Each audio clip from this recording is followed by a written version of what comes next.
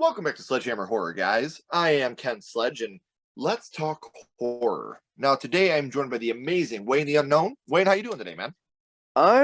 Ken, I'm doing pretty well. Again, I want to thank you for having me come on to this. It's nice not having to be the one that does the recording and the editing afterwards. No, man, it's seriously a super honor to have you. But before we talk about why you're here, Wayne, I want people that don't know you to get to know you a little bit. You are a content creator that does podcasts, from reviews to interviews and talking about movies, games, cosplays, and you bring on a variety of guests onto the show. So, for the people that don't know about the show, can you tell them a little bit about the podcast and what you do? So yes, my YouTube channel is WayneTheUnknown. I do segments called Geeking Out, where I basically discuss everything nerd and geek related, from interviews to reviews to small businesses as well, to nerdy music artists, everything. I do another segment called Gaming with Friends, where I invite people on to come game with me, whether it's for PlayStation or Xbox. I also start doing some gaming commentaries where I invite people on to where basically they roast my game in like Mystery Science Theater 3000. And then I also do another segment called Cosplay Con Talk, where I basically discuss everything from discussing from the cosplay community to conventions, from panels, interviews, you name it. Well, if you ever need somebody for the evil within, let me know. I'd love to come on and game with you, man. That's my baby. I will with Evil Within, I will definitely consider that. I haven't played it yet.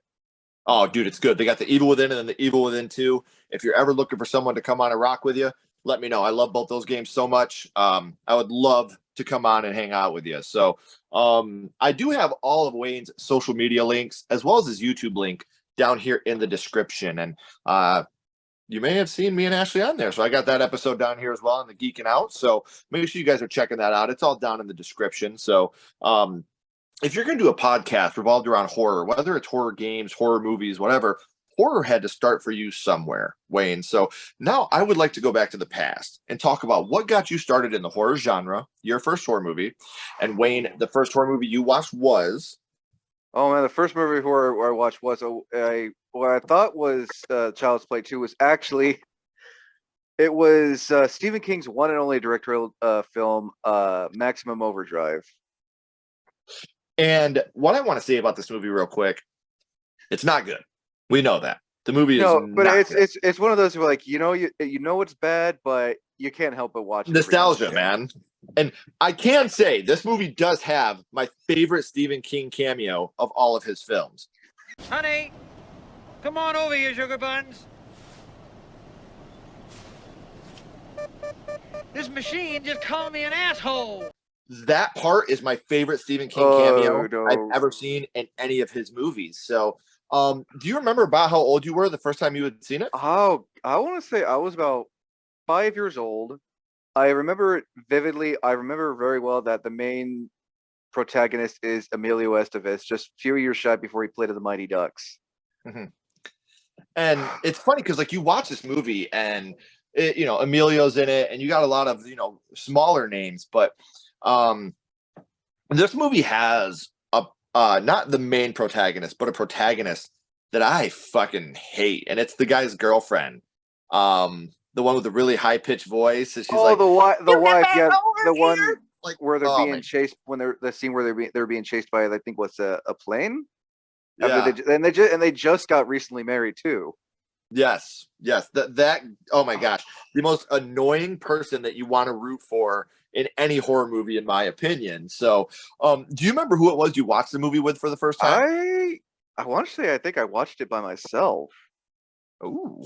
And it didn't scare me. The only thing that actually probably, kind of creeped me out was the Green Goblin truck, the main quote unquote antagonist in that movie. Right. And that's actually what I was about to ask you. Which scene was it that affected you the most from Maximum Overdrive? Oh man. It was seeing him and the scene where that kid, I can't remember his name, he was during the baseball scene after, all his teammates were basically getting killed by the soda machine. Mm-hmm. It's when he's riding down that street and he sees all these people outside their houses or outside their houses killed by, like, stereos, lawnmowers, just every electronic device. Right. Dude, I do got to say real quick, bouncing back to that soda machine, That's the part that freaked me out when I was a kid, man. Like when the coach gets it, like he's got the, the mark on his head, and the kid Hmm. grabs the catcher's mask and goes up. But right before that, you were talking about like the massacre with the kids. One of those kids gets flattened by a steamroller and Yep, literally gets rolled yep, up like a tube of yep. toothpaste, man. Like, Stephen King just didn't care. He's like, man, woman, child, whatever. He and just did that's not one of those scenes that care at just all. stuck with me, man. Because this is one of those movies that I just like you, I watched at a very young age, and I think because my mom was a huge fan of Stephen King, and she was also a huge fan of AC/DC, and AC/DC does the whole Yep, score for this yep. movie, and I remember so I remember during the credits it says music by, and you literally see AC/DC. yeah, so that was one of those things. It's like it's just a huge moment for me because it was two worlds colliding. AC/DC and Stephen King working together and creating a piece of shit. But it's a movie that, like I said, it's very nostalgic for me. It's not a good movie, but I can go back and rewatch this movie Oh all the yeah, time just because of the amount of fun. it's my mom's favorite too as well. Yeah, it's a fun movie. Like I said, it's not a good movie, but it's a whole lot of fun to watch. Now, we talked about which scene affected you the most from Maximum Overdrive, but Uh-huh. what would you say your favorite scene from the film is? Oh, my favorite scene? Well, of course, it's always going to be when Stephen King gets called an asshole by the ATM machine. Yes, dude. And Yes. also, I think also the other one is when Emilio, I can't remember Emilio's character. I know he plays as a convict who works at a truck stop restaurant. It's when he's basically trying to make a deal with the truck, saying how he'll give him the gas and everything.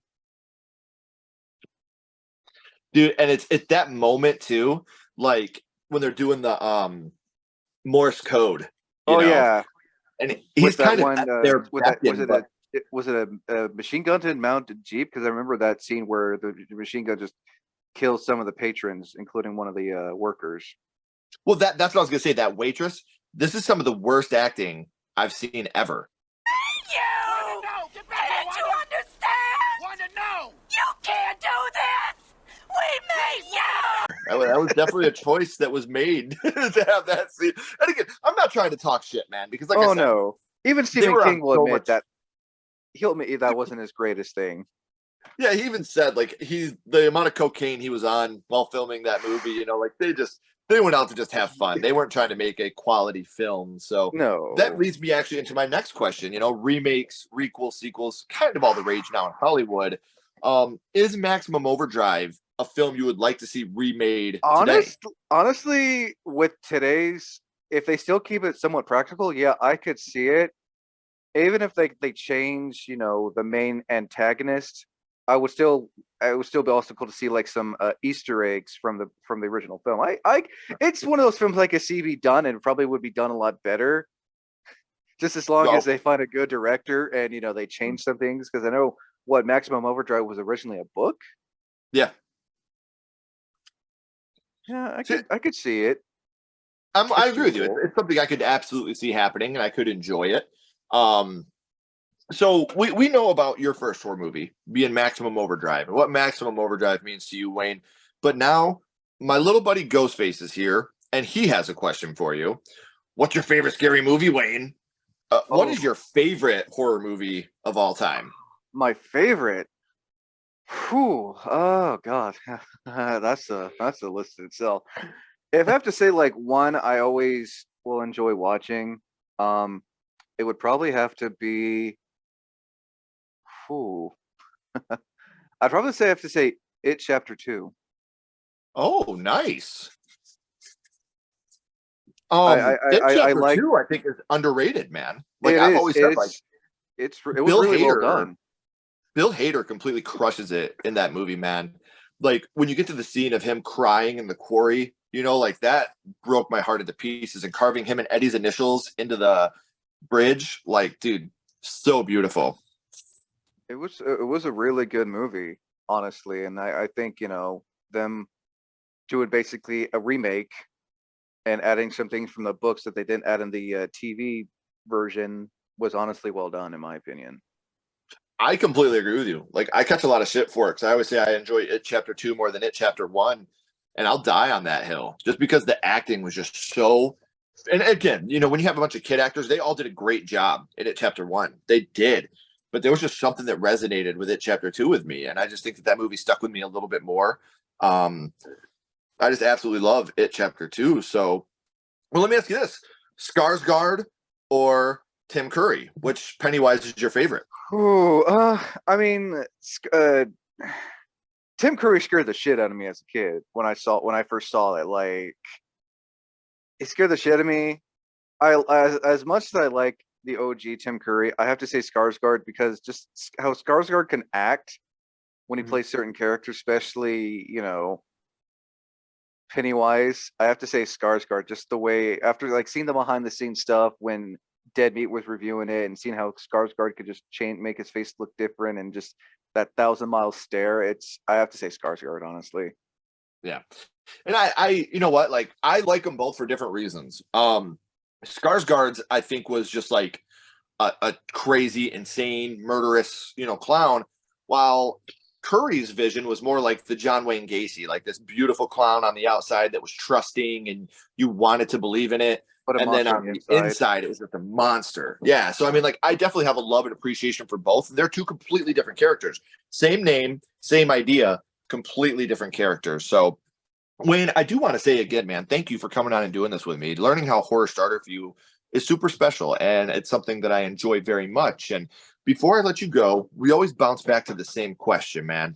What we're going to do is we're going to go back to Maximum Overdrive, and what we're going to do is we're going to rank this on a skull count. Now, we're not ranking this movie on acting, production, score, nothing like that, because obviously it'd have a low score. I'm kidding. But it would have a little skull count. What we're doing here, Wayne, is strictly ranking this movie on how much it affected you on your first viewing of the film. So 0 skulls being not effective, 5 being extremely effective. You can use half and quarter skulls anywhere in the middle. Wayne, what would your ranking of Maximum Overdrive be? I would have to say, honestly, a 3.5. Like, it was one of my earlier introductions to horror films at a young age. Yeah, I would have to say 3.5. Like, I highly recommend watching it. You may not like it, but it's one of those films, like, a couple of years later, so it's like, you know what, I want to watch this movie again. Oh, I'll never turn down watching this movie. I know it sounds like I'm talking shit on this movie. I'm not. Like, when it comes to being just like an amazing blockbuster movie, it's not good. Like, it's not, but I have so much fun with this movie, and it's rewatchable. They knew what they were going for. They nailed what they were going for. They just wanted a fun horror movie, and that's what we got. So I agree with you. Like, I know it sounds like I'm shitting on this movie, guys. Oh no, we're not. Movie. But it's I own the also movie. it's I've also watched sound it more advice. Sound advice, though, if you're an author of a book, don't think, oh, maybe I should direct it as well, because writing it and directing are two different things, and I'm glad Stephen King admitted it. Yeah, I made a mistake.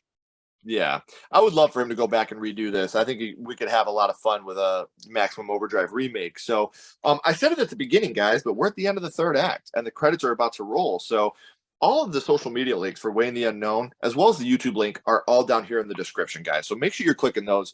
Make sure you're following on social media. Make sure you're subscribing on YouTube so you can stay up to date on everything he has coming up in the future. Wayne, don't go anywhere. I got a couple more questions for you. Everybody else, as always, keep talking horror, stay what you are, and we'll see you guys soon.